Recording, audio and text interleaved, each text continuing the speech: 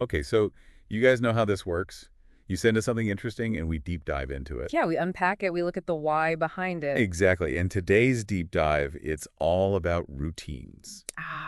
Routines, the backbone of a productive and, well, let's be honest, a less chaotic life. You got that right.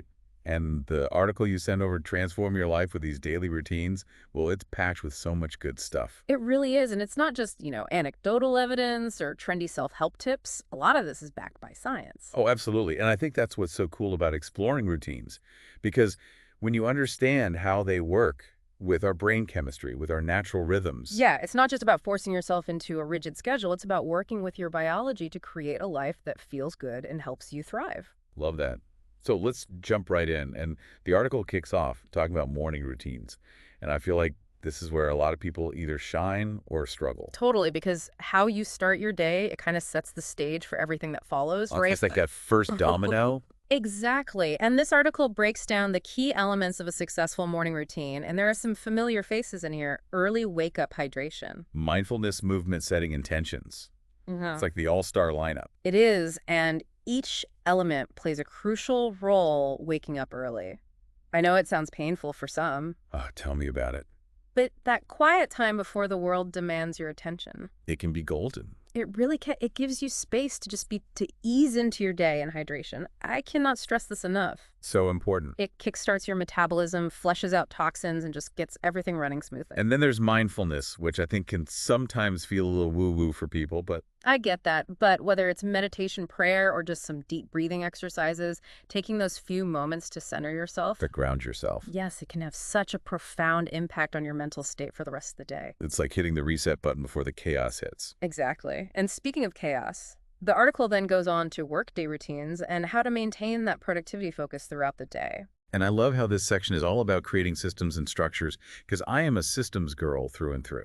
Me too. Systems are everything. And the article highlights some really key elements: time blocking, prioritizing tasks, strategic breaks. And of course, minimizing distractions, the ultimate productivity killer. Right. And let's break those down a little bit because each one deserves its moment in the spotlight. Time blocking. I swear by it. It's life-changing. It really is, because instead of just letting your to-do list loom over you, And stress you out. exactly, you assign specific time slots to each task. So it's like you're making an appointment with your work. Yes, and it eliminates that overwhelm and that decision fatigue of constantly having to choose what to work on next. Absolutely. And then there's prioritizing tasks because, let's be honest, not all tasks are created equal. Some are definitely more important than others. Right. And the article actually mentions a super helpful tool for this, the Eisenhower Matrix. Have you heard of that? I've heard of it, but I'm not sure I fully grasp it, so explain it like I'm five. Okay, so basically you divide your tasks into four quadrants: urgent and important. Not urgent, but important. Urgent, but not important, and not urgent and not important.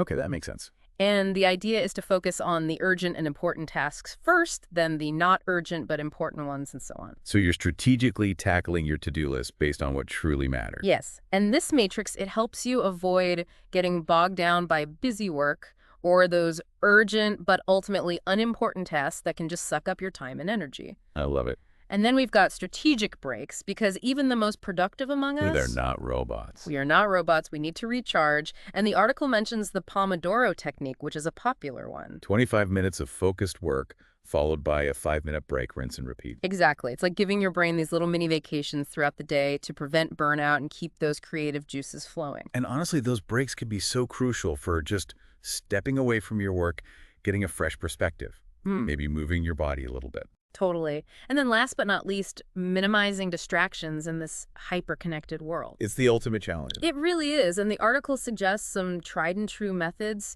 turning off notifications, putting your phone on do not disturb mode, creating a dedicated workspace. I feel like that last one is so important because if you're trying to work from your couch or your bed, It's just too easy to get sucked into other things. your brain doesn't know the difference between work mode and relaxation mode. Exactly. You need that physical separation to signal to your mind that it's time to focus. Okay, so we've covered morning routines, workday routines, We've powered through our day. but now it's time to wind down, and the article dives into the often neglected world of evening routines. Evening routines, so important, yet so often overlooked. It's like we put so much effort into starting our day, Yeah.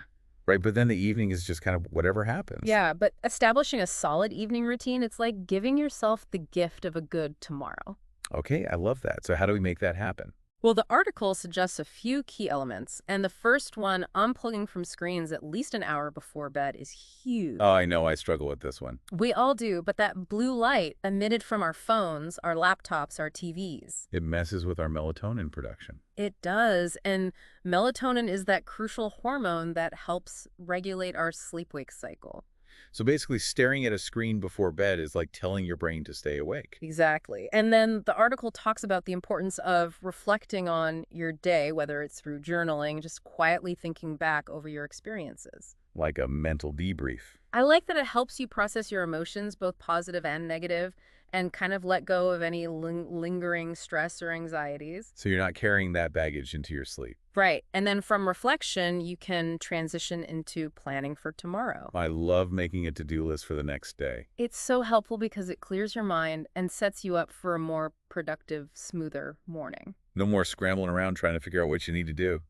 Exactly. And finally, the article emphasizes the importance of creating a sleep-friendly environment, cool, dark, quiet. Like a cozy little cave. Yes, Mm. exactly. Your bedroom should be a sanctuary for rest and relaxation. Okay, this all sounds amazing in theory. Right. But let's talk about the elephant in the room.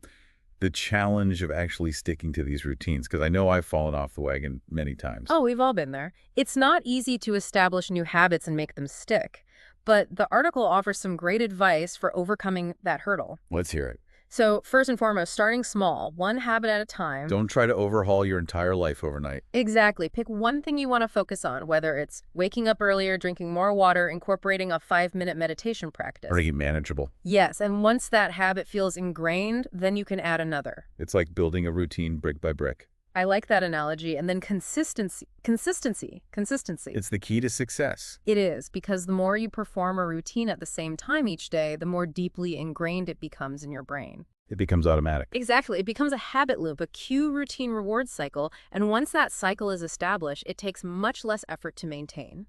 Okay, so start small, be consistent. What else? Track your progress. There's something so powerful about visually seeing how far you've come. And it can be so motivating. You can use a habit tracker app, a journal, a simple calendar, whatever works for you, but that visual reminder can really keep you going. I love a good habit tracker. Me too. And finally, accountability, because let's face it, sometimes we need a little extra push. We do. Find an accountability partner, join a community, or even just set up a reward system for yourself to celebrate your milestones. So basically, don't go it alone. Exactly, because having that support system or even just that self-imposed reward can make all the difference. I love that. So from morning to night, from our brains to our bedrooms, Yeah. this deep dive has really explored the power of routines.